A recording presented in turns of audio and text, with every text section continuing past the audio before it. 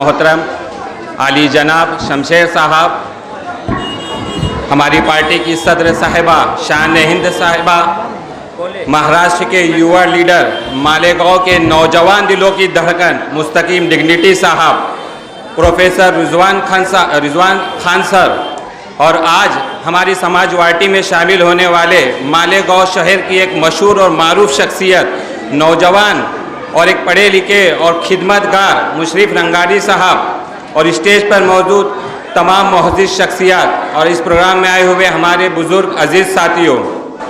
आप जानते हैं कि अभी सुहेल अब्दुल करीम साहब ने MSG कॉलेज पे क्रिकेट का जो मामला हुआ वो बताया, गढ़ यात्रा का जो मामला हुआ वो बताया। जिस वक्त गढ़ यात्रा के लोगों ने हमारे लोगों की दुकानों पर पत्थरबाजी की थी, उस वक्त पुलिस ने जो दफात ऐसी लगाई थी जिसमें आदमी 1 या 2 दिन में ज़मानत पर रिहा हो जाता है। यही वो मुस्तकीम डिग्निटी साहब थे जिन्होंने पुलिस से जाके बाज़-पूछ की थी और उसके अंदर 120 बी कि ये जो भी वाक़या हुआ वो अचानक में नहीं हुआ, ये सोची समझी साजिश के तहत की गई। तो उनकी कोशिश थी कि उस वक्त उस केस में 120 बी की दफ़ा लगाई गई। जिस वक्त आरोपी को कोर्ट में हाजिर किया गया तो मुस्तकीम डिग्निटी साहब वहां पर फरीक बोलकर हाजिर हुए थे। आज उसका ये असर हुआ कि नीचे की कोर्ट ने उनकी ज़मानत रद्द कर दी थी और उनको सेशन कोर्ट से ज़मानत लेना पड़ी, और जिन जो भी उनके ऊपर कार्रवाई होनी थी जिसमें उनको लगा था कि हम 1 या 2 दिन में ज़मानत पर रिहा हो जाएंगे, वो तकरीबन 10 से 12 दिन जेल में रहे। उस वक्त कुछ लोगों ने ज़मानत कबल गिरफ्तारी की बेल पिटीशन भी दाखिल की थी, लेकिन उसमें भी मुस्तकीम डिग्निटी उसमें शामिल हुए और वो ज़मानत की अर्जी रद्द कराई और आखिर में बाकी लोगों को भी जेल जाना पड़ा। 12 नवंबर का मामला आप सबको याद है। जिस वक्त 12 नवंबर का मामला हुआ उस वक्त मुस्तकीम डिग्निटी साहब चाहते तो ज़मानत कबल गिरफ्तारी ले सकते थे। मैंने भी मुस्तकीम भाई से फ़ोन पर बात की थी और मैंने कहा था कि आपकी ज़मानत कबल गिरफ्तारी हो सकती है। मुझे अच्छी तरीके से याद है उस वक्त मुस्तकीम भाई ने मुझको ये कहा था कि मेरे शहर के बेकसूर नौजवान जेल में है, मेरे शहर की गरीब आवाम जेल में है, मैं उनके साथ जेल जाना पड़ूंगा, लेकिन जेल जाना पसंद करूंगा, लेकिन मैं एंटीसिपेटरी बेल नहीं लूँगा।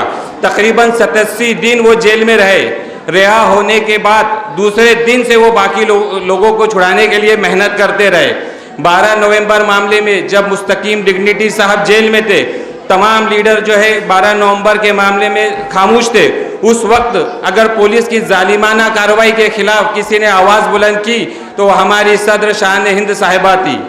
हाल ही में बकरी ईद से 2 या 3 दिन पहले जब मार्केट यार्ड का मामला हुआ, कुछ मुस्लिम लोगों को वहां पर पकड़ा गया, बंद करके रखा गया कि ये जानवर की खरीदने के लिए आए थे। उस वक्त भी मुस्तकीम डिग्निटी ने वहां पर जाकर मालेगांव कैंप के DYSP से ये बात कही थी कि अगर आपको कार्रवाई करना है तो आप कार्रवाई करो, लेकिन जो लोग यहाँ पर जानवर खरीदने आए थे उनसे पहले जो जानवर बेचने आए थे उनके खिलाफ कार्रवाई करो। ये बात जो है मैं आपको इसलिए बता रहा हूँ कि जब भी कौम मिल्लत और हमारे शहर की बात आती है तो सबसे पहले अगर कोई आवाज़ बुलंद करता है, चाहे वो फिरका परस्ती के खिलाफ हो, चाहे वो पुलिस की जालिमाना कार्रवाई के खिलाफ हो, तो वो ये दोनों है, इसके अलावा कोई नहीं है। मैं मालेगांव शहर की आवाम से ये दरख्वास्त करना चाहता हूँ कि आप समाजवादी पार्टी का साथ दें और समाजवादी पार्टी का साथ देकर हमारी समाजवादी पार्टी की नामजद उम्मीदवार इंशाअल्लाह शान हिंद साहबा होगी, उनको असेंबली में पहुंचाओ। आप देखिए समाजवादी पार्टी का असर ये होता है कि जब यूपी में असेंबली में CM योगी आदित्यनाथ के सामने जब अखिलेश यादव खड़े होते हैं, जब अखिलेश यादव उनके बारे में बोलते हैं तो CM योगी आदित्यनाथ की ये हिम्मत नहीं होती कि वो बीच में खड़े होकर उनकी आवाज़ को रोक सके।